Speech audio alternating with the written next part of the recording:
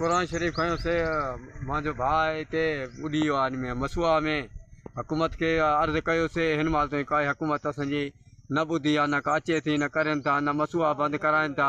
सुबुह जो 7 बजे जा खड़ा हिन टाइम ताईं मसूआ बंदि न थियो आहे। न को असांजो ॿुधनि था, न सुणनि था, न को मोकिलनि था, को टोबा, न ॻाल्हि, न पंधु। असांजो वली वारस कोई कोन्हे। हे ॻोठाणा आहिनि, कुराई आहिनि, समेजा आहिनि, जंहिं मदद कयूं खड़ा आहिनि। हिते टोबो कोई बि कोन्हे को।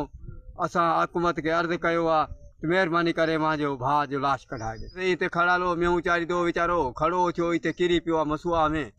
उहो कपिड़ा कपिड़ा त हरकनि लधा आहिनि, चए जवान कोन्हे को, तंहिंजे करे तरफ़ां कोई बि न मदद कई न कई आहे असांजी। मसूआ हिन टाइम ते बंदि न कयो अथनि। सुबुह को चई थका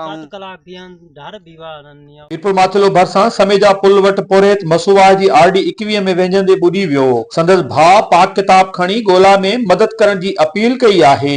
ॿुधायो पियो वञे त चौपायो माल जो धनार मेहराब शेख मसूआ में वेझी रहियो हो त ओचितो ॿुॾी वियो। उते मौजूद ॻोठाणा वाह में लही पंहिंजी मदद पाण तहत ॻोल्हा करण जी कोशिश कई, पर किथे बि मिली न सघियो। ॻोठाणनि जो चवण हो त पाणी जी तेज़ वहकरे सबबि ॻोल्हा में ॾुखियाइयूं पेश अची रहियूं आहिनि। पाणी जो वहकरो घटाइण लाइ आपशी अमले खे इतला कयो आहे, पर वाह जे पाणी खे घटायो न वियो। उन्हनि ज़िले इंतजामिया खे अपील कई त ॿुॾी वियल पोरेत खे ॻोल्हण में मदद कई वञे। कैमरामैन टीम सां गॾु अशरफ बुखारी, मीरपुर माथेलो।